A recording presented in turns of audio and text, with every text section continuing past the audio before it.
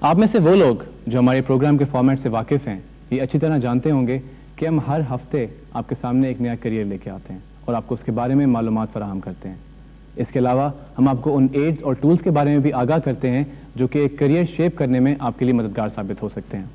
میں پروگرام کے ہر پرومو کے اندر بہت زور سے کہتا ہوں career online, your guide to career success. لیکن سوچنے کی بات یہ ہے کہ ہمارے ملک کے نوجوان، ہمارے ملک کے اسٹوڈنٹس، ینگسٹرز، پروفیشنلز بہت سارے پرابلم سے دوچار ہیں. بہت سارے ایسے ایشوز ہیں، چاہے وہ سوشل ایشوز ہوں، چاہے وہ ایکیڈیمک ایشوز ہوں، فائنینشیل ایشوز ہوں، لیکن وہ ہمارے لیے مسئلہ بن چکے ہوئے ہیں. Then we started thinking, why online as a program broaden its horizons?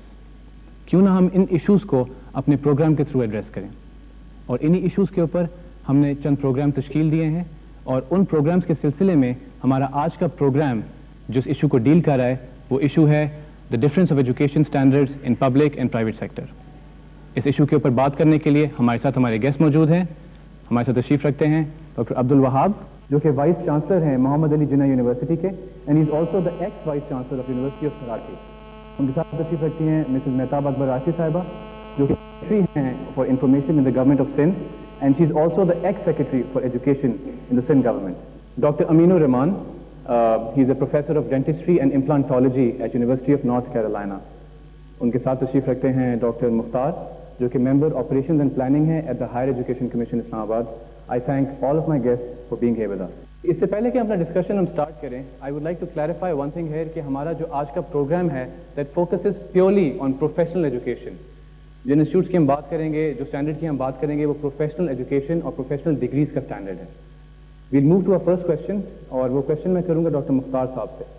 Sir you're in the higher education commission اور آپ ہم کو صرف سب سے پہلے یہ بتائیے کہ ہائر ایجوکیشن ہمارے ینگسٹرز کے لیے کتنی پورا اسٹیٹسٹیکل فگر میں دیتا ہوں.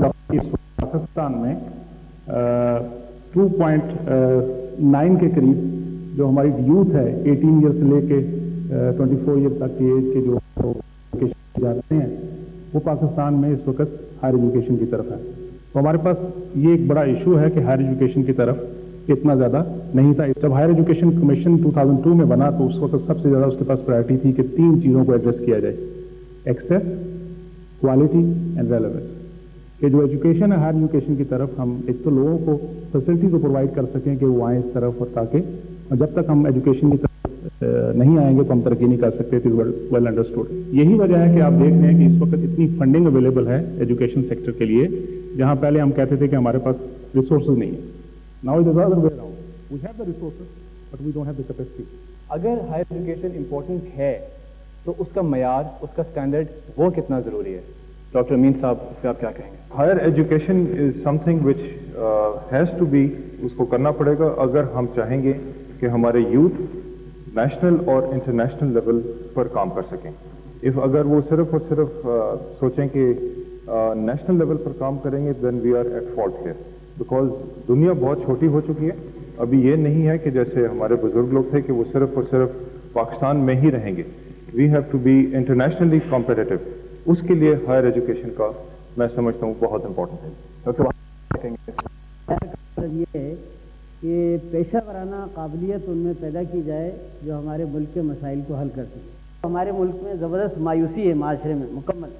تو اس کو دور کرنے کے لیے یہ ضروری ہے کہ ہم طالب علموں میں ایک کامیابی حاصل کرنے اور ہمیں کچھ گزرنے کی ایک طرف پیدا کریں. راشد آپ کیا کہیں گے اس کے بارے میں؟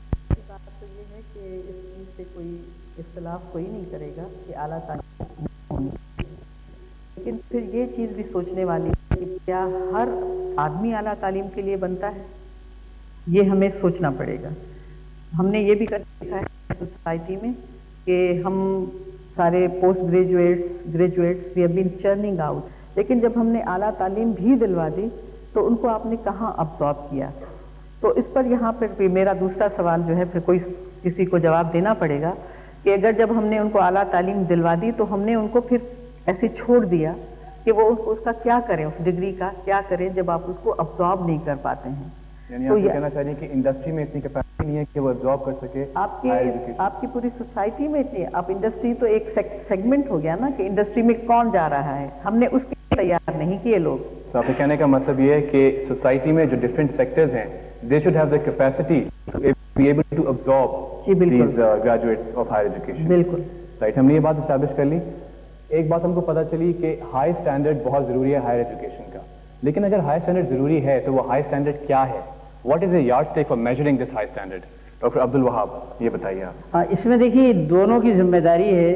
جو مہتاب راشدی صاحب نے ابھی بات کی ہے کہ حکومت کی بھی ذمہ داری ہے اور تعلیمی اداروں کے سربراہوں کی بھی ذمہ داری ہے کہ وہ جو پروگرام آفر کریں اس میں مارکیٹ سے ان ٹچ رہ کر اور سروے کر کے اس کے مطابق لوگ نکالیں, اور اداروں کے سربراہ اس کے برابر کے ذمہ دار ہیں اگر وہ ایسی پیشہ ورانہ تعلیم جگہ بھیجتے ہیں جس کی کوئی ویلیو نہیں, اور یہ کہہ دینا کہ ہماری ذمہ داری نہیں ہے, یہ تو والدین کی ذمہ داری ہے, ہم کوئی اس کے وہ ٹھیکیدار نہیں ہے. میں سمجھتا ہوں کہ یہ بہت ہی افسوسناک چیز ہے. آپ کو تنخواہ مل رہی ہے اور سہولتیں مل رہی ہیں, بچوں کو برباد نہ کریں قوم کو. And you're saying the degrees being handed out should now be specialist degrees. Dr. Mukhtar Saab, you work for the Higher Education Commission. آپ اس کے بارے میں کیا کہیں گے؟ How do you measure the standard of higher education? Obviously, it starts with the faculty. کہ کون پڑھا رہا ہے وہاں پہ. So that's the first point. The faculty should be highly trained, well qualified, top notch. Top notch. Okay. Similarly, کہ ان کے پاس جو انفراسٹرکچر ہے, equipments ہیں, labs ہیں, وہ بھی state of the art ہونے چاہیے تاکہ ان بچوں کو اپرچونٹی مل سکے. اس طرح unmatched selection of people. اور میرا خیال ہے کہ اس میں جتنے اسٹیک ہولڈرز ہیں, اس انڈسٹری ہے, گورنمنٹ ہے, ایجوکیشن انسٹیٹیوشن ہے, they have to work together. اور پھر اس پہ بیٹھ کے کام کرنا پڑے گا اور اس لائن پہ ہمیں ایکشن لینا پڑے گا.